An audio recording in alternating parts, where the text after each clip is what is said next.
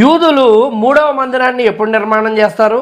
మరి ఆ మందిర నిర్మాణాన్ని మొదలు పెట్టుటకు ఇప్పుడు వారికి ఉన్న అవరోధాలు ఏంటి అనేది ఈ వీడియోలో మనం తెలుసుకుందాం. మూడవ మందిర నిర్మాణము అనేది మరి యూదులకే కాదు క్రైస్తవులకు కూడా చాలా ఇంపార్టెంట్ అయిన ఈవెంట్. ఎందుకంటే మన ప్రభు అయిన యేసుక్రీస్తు ప్రభుల వారి యొక్క రెండవ రాకడ, దానికి లింక్ అయిన విషయాలు, ప్రాఫెసీస్ అన్నీ కూడా దానితో లింక్ అయి ఉన్న విషయము మనందరికీ కూడా బాగా తెలుసు. అయితే పిల్లరా, వారు ఎప్పుడు ఈ కార్యము మరి నిర్వహించబోతా ఉన్నారు అనేది ఆలోచన చేసినట్లయితే, డొనాల్డ్ ట్రంప్ ఎప్పుడైతే రెండవసారి అమెరికాకు అధ్యక్షుడు అయ్యారో వారి ఆశలు చిగిరించినాయి. మరి ఆ దిశగా వారు ఆ ప్రయత్నాలను కూడా వేగవంతం చేసినట్టుగా మనకు కనిపిస్తుంది. 2017లో ఒకసారి డొనాల్డ్ ట్రంప్ అమెరికా అధ్యక్షుడు అయితేనేంటి, ఇప్పుడు రెండవసారి అయినప్పుడైతేనేంటి, 2 సార్లు కూడా సన్హెడ్రిన్ అఫీషియల్గా మరి ఆయనకు లెటర్ రాయటం జరిగింది. వారు ఏమని తెలియజేశారంటే, దేవుడు మిమ్మల్ని ఎన్నుకున్నాడు, ఏర్పాటు చేసుకున్నాడు, మీకు అవకాశం ఇచ్చాడు, కారణము ఈ కార్యాన్ని సాధించడానికినేమో ఒకసారి మీరు కూడా యోచించి మాకు సహకరించండి అని లేఖ రాయటం జరిగింది. అలాగే సన్హెడ్రిన్ ప్రపంచవ్యాప్తంగా ఉన్న యూదులందరికీ కూడా పిలుపునిచ్చారు.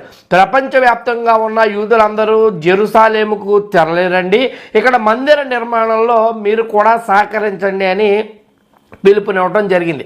అయితే 1987వ సంవత్సరంలోనే Israel government temple institute foundation అని ఒక దాన్ని స్థాపించింది.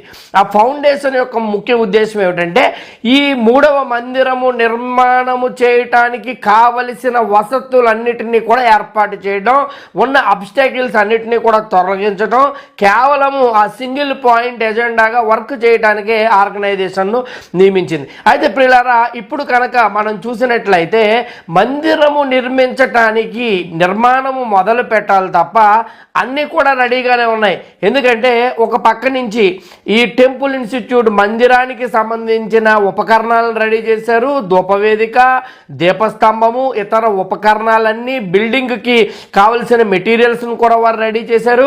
అలాగే కోహెన్స్ను కూడా వారు రెడీ చేయడం జరిగింది. కోహెన్స్ అంటే మందిరములో సేవ చేసేటువంటి యాజకులను కూడా ఎవరు ఆ మందిరములో సేవ చేయాలో యాజకులు ఆల్రెడీ వారిని సెలెక్ట్ చేయడం జరిగింది.